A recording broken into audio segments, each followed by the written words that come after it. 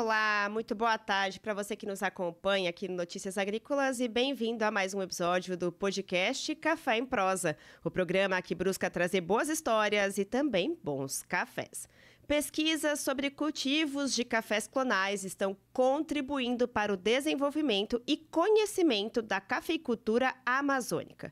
Para explicar um pouquinho mais sobre essas pesquisas e conhecer mais sobre essa história, recebo hoje, então, Marcelo Curitiba Espíndola, pesquisador da Embrapa Café, e Henrique Alves, pesquisador da Embrapa Rondônia. Primeiramente, muito bem-vindo, Marcelo e Henrique, e muito obrigada pela participação de vocês aqui com a gente. Boa tarde a todos e obrigado pela oportunidade de falar um pouquinho sobre a cafeicultura que está se desenvolvendo em Rondônia. É sempre um prazer estar com vocês. Boa tarde, Rafaela, e a todos que nos ouvem. É um prazer estar aqui com vocês, podendo contribuir, bater um papo um pouco sobre esses cafés. Bom, quero começar então com você, Marcelo. Eu queria que você explicasse então um pouquinho como a Amazônia se tornou aí uma região produtora de café. Aparentemente, Rafael, o que acontece? As pessoas acham que Rondônia começou agora com a produção de café, e na verdade essa história é um pouco antiga, né? A gente já tem café há vários séculos, né? Inclusive a introdução do café no Brasil foi por meio da Amazônia, mas recentemente, a partir da década de 60, é que começou todo esse movimento que culminou com o que é hoje esses cafés, né? Essa cafeicultura pujante que acontece no norte do país. Inicialmente com a introdução de cafés arábicas vindo de São Paulo e, na sequência, com a introdução dos condilons, introduzido a partir do estado do Espírito Santo. Então, esse processo, durante as décadas de 60, 70, 80, 90, que já existiam esses cafés aí, mas foi só a partir de 90 que houve a grande mudança, que foi a descoberta da cafeicultura clonal, né, a descoberta dos chamados robustas amazônicos. Então, a partir daí, com a descoberta, com o uso desses clones, os robustos amazônicos, clones melhorados, clones de alto potencial produtivo, associado a técnicas de manejo avançada, como adubação, espaçamento, poda e tudo mais, é que essa coisa começou a evoluir e chegou ao ponto que nós vemos hoje, né, principalmente pensando em produtividade associada à qualidade e à sustentabilidade da Amazônia. Agora eu queria que os dois falassem um pouquinho como que a Embrapa, né, vem contribuindo aí, então, com esses estudos e com essas pesquisas para o desenvolvimento dessa cafeicultura. Aí eu queria ouvir um pouquinho dos dois aí, como que estão esses estudos, esse andamento. Olha, o Marcelo vai poder falar também bem, mas assim, a Embrapa em Rondônia, na Amazônia, está completando 50 anos, justamente esse ano. E 50 anos de pesquisa em várias culturas, mas o café sempre foi uma cultura importante, né? E essa nova fase que começou lá na década de 60 e 70, né, com integrar para não entregar, e a Embrapa sempre presente. Atualmente, a gente tem linhas de pesquisas que são muito importantes. Desde a parte de genética, que a gente sabe que um dos grandes diferenciais da cafeicultura na Amazônia é a genética. Então, a Embrapa tem uma das maiores coleções genéticas de café robustas do Brasil, né? E um café que se diferenciou. A Embrapa está fazendo estudos de caracterização do perfil sensorial desses cafés, caracterização das características agronômicas. Então, hoje, mais do que nunca, a gente tem um conhecimento acerca das características desse café. Então, hoje a gente sabe assim, qual o teor de cafeína desses cafés, sólidos solúveis, agronomicamente, qual o potencial produtivo, resistência e tolerância a doenças, né? E principalmente, né, com esse crescimento da qualidade dos cafés robustas amazônicos, a gente está definindo o perfil sensorial e estamos trabalhando em parceria com diversas instituições, né? E só para você ter uma noção, possivelmente vai ser pauta de uma nova conversa, a gente vai ter o inédito, a roda de sabores do café canéfora. E isso está sendo feito no Brasil, né? E é uma parceria de diversas instituições e também da Embrapa. Né? A gente está fazendo um trabalho de carbono na cafeicultura da Amazônia. Então, a gente está fazendo um levantamento do perfil socioeconômico da produção, um levantamento do uso de áreas. Então, assim, hoje, por exemplo, a gente sabe, está mapeado as matas de Rondônia, que não existe desmatamento recente vinculado na cafeicultura, né? É que, apesar da importância do café, só 0,8% da área é ocupada com café, e o café está entre as 3 culturas de maior importância social e econômica do estado e na Amazônia como um todo. Então, assim, são informações que a gente está empoderando a cadeia e ajudando nas novas estratégias. E isso vai desde a parte de manejo do saber fazer, aprimorar o saber fazer do cafeicultor, até a parte de genética, que é muito importante, né?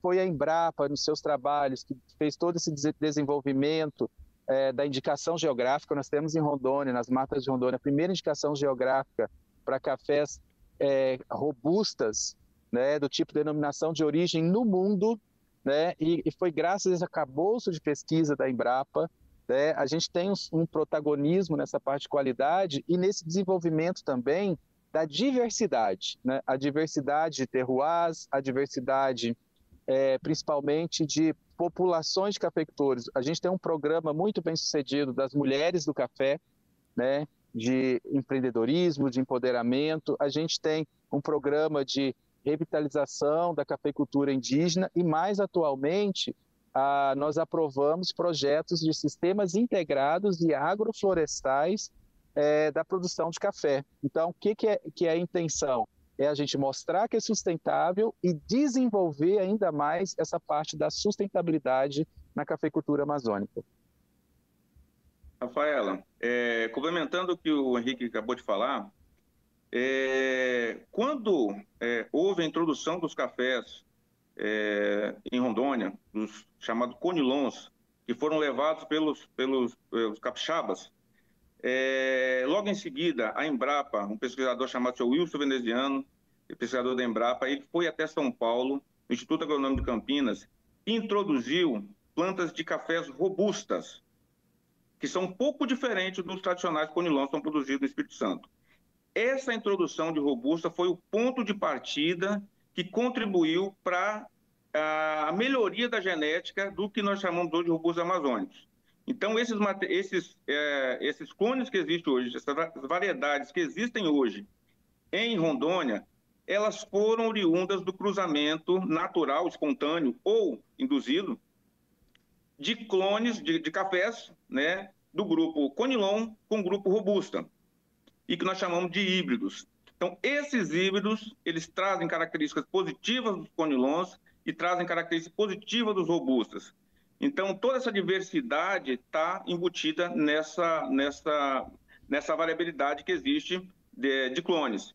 Então, sim, foi a Embrapa que introduziu esses Robustas, que permitiu que houvesse esses cruzamentos para gerar esses materiais que estão hoje se destacando no campo. E o detalhe é que esse material genético ele teve tanto sucesso em Rondônia que ele acabou atraindo os olhos dos capixabas também. Então, hoje, esses clones que foram desenvolvidos em Rondônia, né, que são chamados robustas amazônicos, notem, esse termo robustas amazônicos, né, saiu dentro da Embrapa também, o Henrique é precursor desse termo. Ele está relacionado por quê? Com o quê? Com o fato de não serem conilons, ou seja, são materiais genéticos que não são conilons como os tradicionais produzidos no Espírito Santo e na Bahia, e também por terem sido desenvolvidos na Amazônia. Então, são materiais robustos por não serem conilon e amazônicos por terem sido desenvolvidos nas condições da Amazônia. Então, esses clones, esse material genético, hoje também está sendo introduzido no Espírito Santo e na Bahia, em outros estados, São Paulo, Minas Gerais, porque eles se destacaram não só na Amazônia, como aqui também na região do Sudeste, na Mata Atlântica, eles também estão indo muito bem. Então, esse material genético, como o Henrique falou, é um dos grandes diferenciais, né, da cafeicultura da Amazônia. Tá, aproveitando esse gancho, eu queria então, Henrique, que você explicasse um pouquinho, então, quais são as características, né, desse café aí adaptado à Amazônia, para quem está nos assistindo, quais são aí, então, as qualidades mesmo que esse café apresenta? Olha, é muito pertinente a sua pergunta, porque como o Marcelo bem disse, o grande diferencial da cafeicultura amazônica, além de estar no terroir amazônico, nesse ambiente que é diferenciado, é justamente o seu material genético, que é o robusta ou os cafés arrobustados, híbridos, né, que nós chamamos de robusta amazônico. Qual que é o diferencial? Primeiro, são plantas, como o próprio nome são plantas mais rústicas, mais robustas, com boa responsividade aos tratos culturais, adubação, irrigação, com uma produtividade que é o dobro do arábica para as mesmas condições. São plantas muito vigorosas em comparação com o conilon, né? Tem um maior porte, as folhas mais verdes, maiores, um fruto, um grão, né? Que isso é importante, o tamanho do grão é maior no robusta. E no campo, por essa rusticidade, normalmente ele tem tolerância ou resistência a doenças importantes, como é o caso da ferrugem, do nematóide, né, que são doenças, por exemplo, que no arábica são muito importantes e no robusta não tão, por causa dessa resistência. Então, assim, ele tem maior produtividade, peneira grande, né, o tamanho do grão grande, essa maior rusticidade, então se necessita de menos agroquímico, né, e falando na qualidade, aí que é uma grande virada de chave na cafeicultura, porque a Rondônia, a Amazônia está reescrevendo a história dos cafés canéforos no Brasil e no mundo, e está se tornando referência, porque esses cafés eram sempre relatados como os cafés de segunda linha, café amargo, que só servia para a indústria, para baratear as misturas e os blends, para baratear o café, e a gente viu que, com o aprimoramento das técnicas de produção, da genética, né, e principalmente das técnicas de colheita e pós-colheita, esses cafés têm um perfil sensorial que é único, eles têm uma paleta sensorial mais diversa até do que o arábica, né? Então, assim como os vinhos, que a gente tem alguns aspectos, por exemplo, amadeirado, né,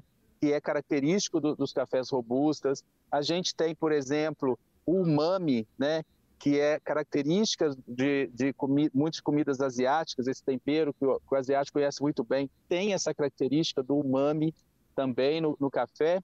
E eu diria assim, a gente tem hoje diversos perfis. O perfil vindo do café natural, que é um processamento de apenas colher maduro e secar, esse perfil ele é muito voltado para o chocolate, para o castanha, para a avelã e para o caramelo, que são uma matriz de sabores que agrada o brasileiro e um número grande de consumidores. E aí a gente vai para os mais exóticos, por exemplo, que são os cafés submetidos à fermentação, que aí você começa a ter sabores mais licorosos, sabores que lembram vinho, que lembram carvalho, que lembra frutas cítricas, frutas vermelhas e amarelas. Então você já traz uma outra pegada sensorial com cafés extremamente leves, muito adocicados. E o que é interessante no canéfora, que ele se diferencia? É uma característica do canéfora, o corpo, né? Então é uma bebida agradável, de textura agradável, encorpada, né? E o brasileiro gosta muito disso. Mas quando a gente fala de robustas finos, ele traz esse aveludado da bebida, mas cravejado com essas nuances de ou chocolate, castanha e caramelo, vinculada a essas partes que lembram um vinho do Porto, que lembra frutas cítricas. E o que é bacana, Rafaela? São sabores novos. Os nossos avós, os nossos pais, eles nunca provaram um café com esse perfil sensorial. Então, o que a Amazônia está trazendo é uma cafeicultura que é praticamente uma experiência sensorial nova. Então, a indústria está aprendendo a usar esses cafés novos, as cafeterias, o consumidor, né? E o que a gente tem visto, assim, que o consumo tem respondido muito bem a isso. Só para você ter uma noção, em 2022, Rondônia exportava 1.000 sacas de café. Em 2023, passou para mais de 100.000 sacas. Este ano, a gente ultrapassou a barreira do 500.000 de sacas exportadas.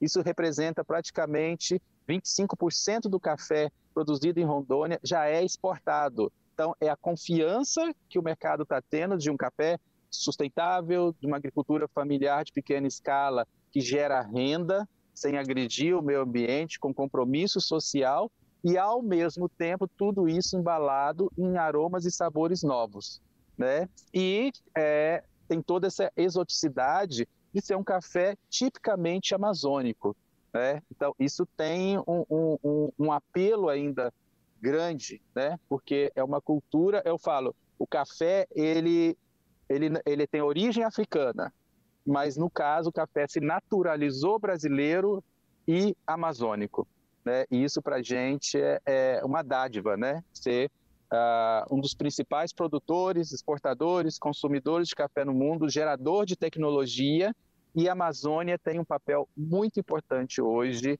nessa nova cafeicultura mundial. Muito legal, Henrique. E dentro, né, desses estudos e trabalhos que vocês vêm desenvolvendo lá na região, né, desses cultivares, eu queria que vocês então falassem aí também para quem está nos acompanhando quais têm sido os principais desafios, né, para que essa cafeicultura continue se desenvolvendo e entregando aí cada vez mais aromas e sabores, né, para o Brasil. Henrique? Pode ver quem pode começar, não tem, pode ser, eu queria ouvir então, um pouquinho dos dois. E o Marcelo complementa. Complementa, eu falo que eu complemento. Isso.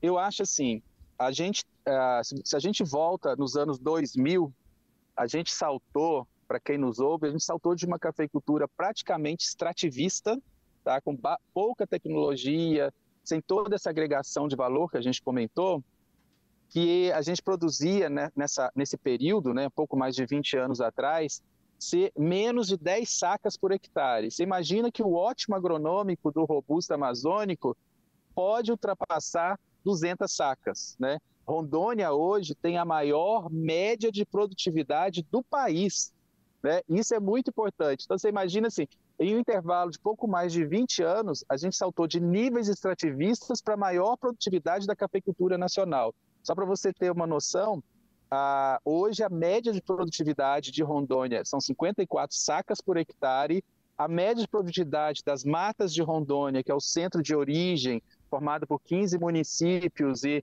onde tem a indicação geográfica reconhecida, é de 68 sacas por hectare. Então, assim, só para a nível de comparação, a Bahia, que tem um nível muito tecnificado, tem uma média de 50 sacas. O Espírito Santo, que é uma referência para a gente, tem uma média de 45 sacas por hectare. Então, assim, quando a gente vê a Amazônia saltando disso, né, para níveis mais tecnológicos, significa que tem alguma coisa sendo bem feita. Quando a gente vê a melhoria da qualidade e o mercado absorvendo esses cafés, a gente vê que tem muito potencial de crescimento. Agora, qual seria o gargalo? Primeira coisa é crescer sem desmatar, mas isso não é um problema. Se a gente olhar, só nas matas de Rondônia, a gente tem 1,8 milhões de hectares de pastagem, áreas antropizadas, que poderiam muito bem ceder parte disso para o café.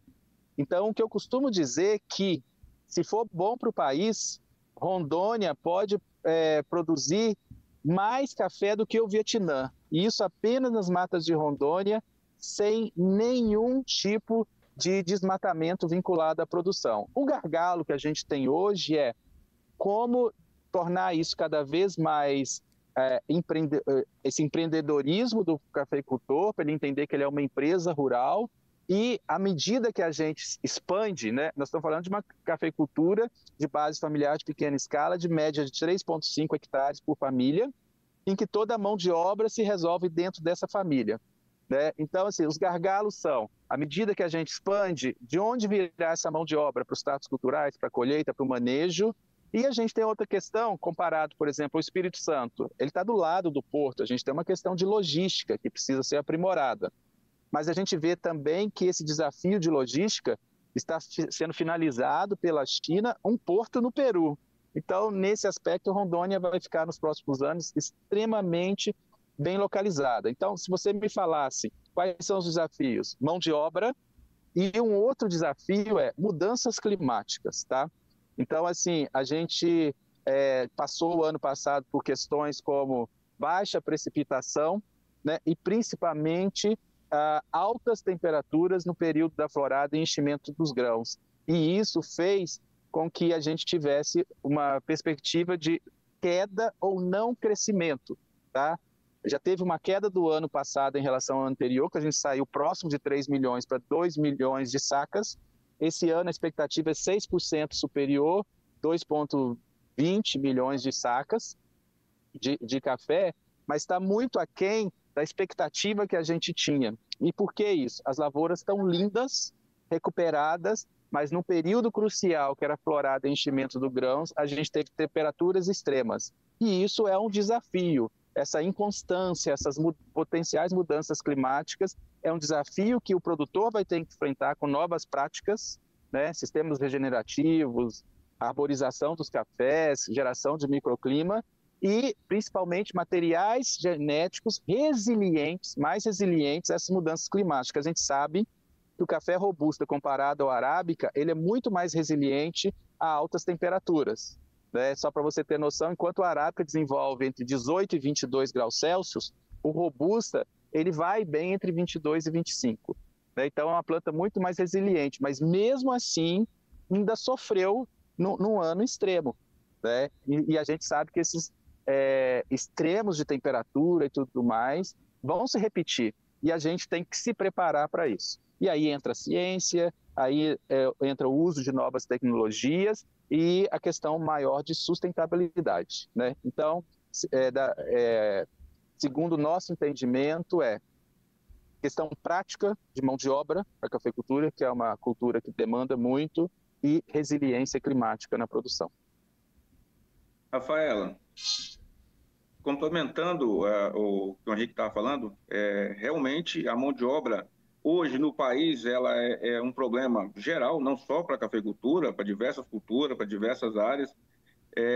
Outros estados também sentem esse problema, né? E Rondônia não é diferente. Dificuldade de mão de obra para os tratos culturais, para a colheita, né? Principalmente para a colheita. Então tem um movimento muito grande hoje na tentativa de solucionar alguns problemas relacionados à mão de obra. Mão de obra na produção de muda, mão de obra para a realização de podas, mão de obra principalmente para colheita e beneficiamento. Então, mão de obra, eu diria, complementando o que o Henrique está falando, eu diria que é o nosso maior problema hoje. Mudanças climáticas, nós tivemos esses efeitos esse ano bem drásticos, né? Foi um ano atípico em termos de temperatura, e a gente está sentindo os resultados. E eu queria complementar, Henrique, a respeito da visão que muitos podem ter em relação ao café da Amazônia. Isso no passado já foi pior, mas hoje já está melhorando.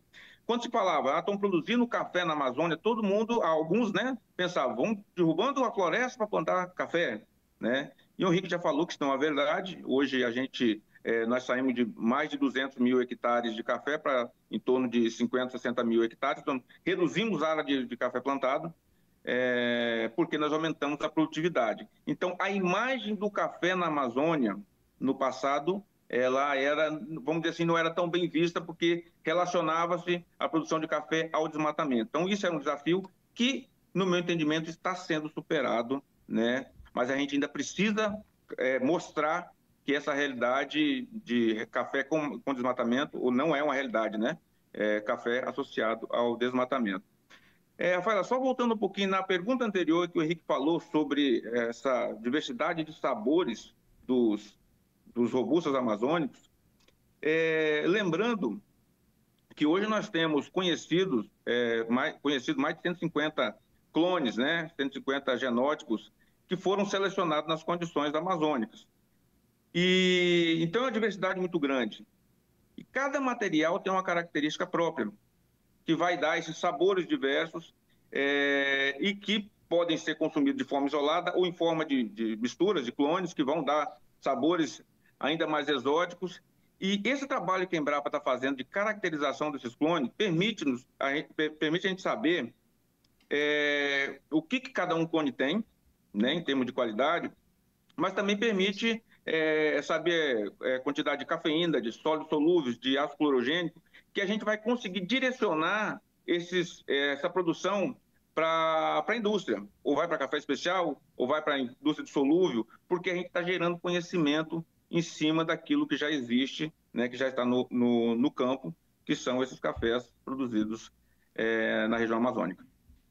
Então, dentro de tudo, né, que vocês comentaram aí, Marcelo, eu queria então que você falasse, né, o Henrique já trouxe aí a grandiosidade, né, que esse cultivar, né, que esse café tem aí para a região brasileira, né, para o Brasil, mas qual que é de fato a oportunidade, né, desses novos sabores, desses novos aromas que vocês comentaram aqui, não só não só trabalhar dentro do Brasil, mas romper fronteiras?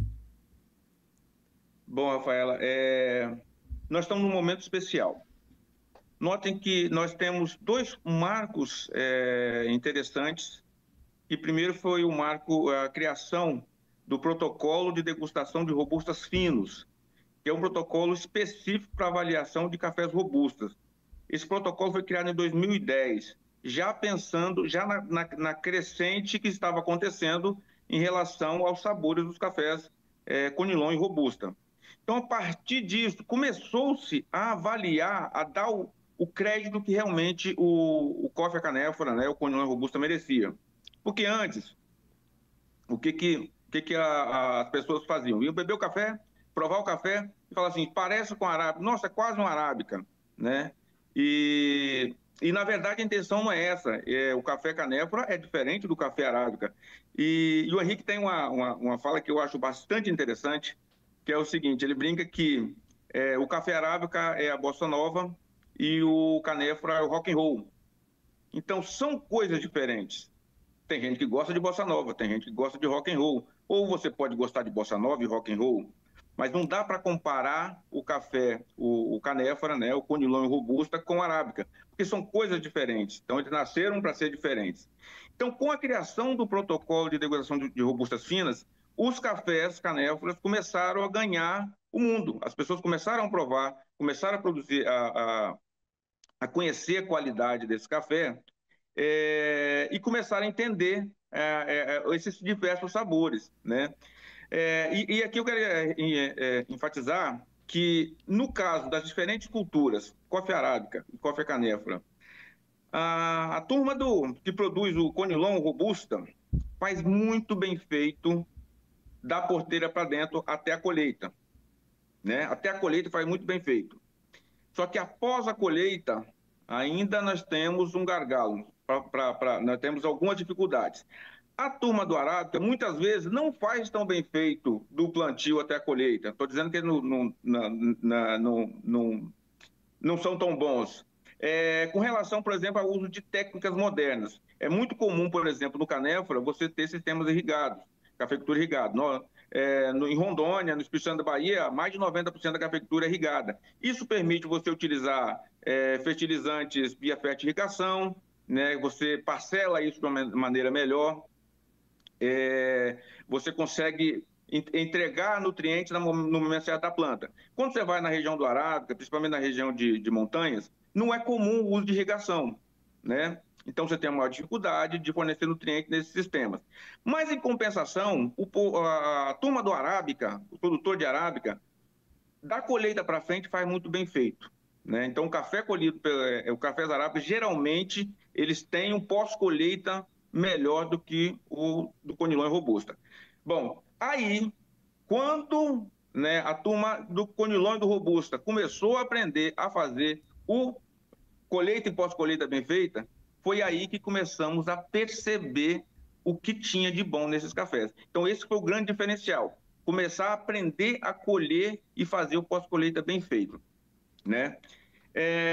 Então, hoje o mundo está conhecendo os cafés robustas. Os Conilons robustas estão provando, estão gostando e a demanda está aumentando muito. Um outro ponto interessante, especialmente para Rondônia, foi a criação do concurso de qualidade de café do estado de Rondônia. Esse concurso nasceu de uma parceria da Embrapa com a Secretaria de Agricultura do Estado, né? Foi gestado dentro da Embrapa, a partir de conversa e tudo mais, criou-se esse concurso de qualidade.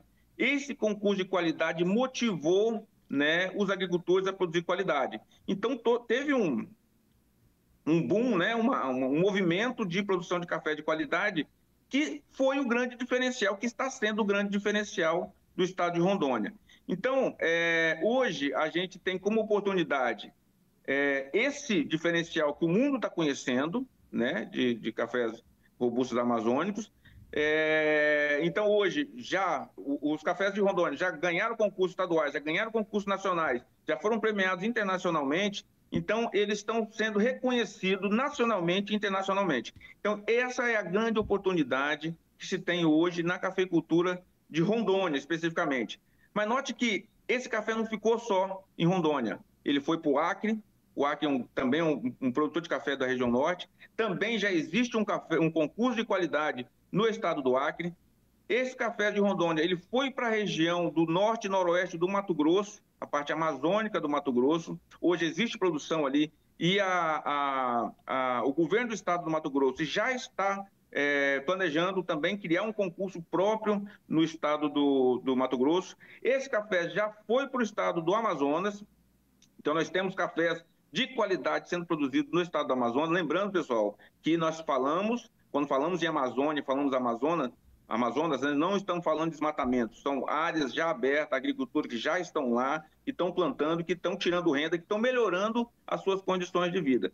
Então, a grande oportunidade está nesse reconhecimento que hoje os robustos amazônicos, a cafeicultura da Amazônia tem, né? Principalmente pensando em qualidade, sustentabilidade e geração de renda para os pequenos agricultores da região.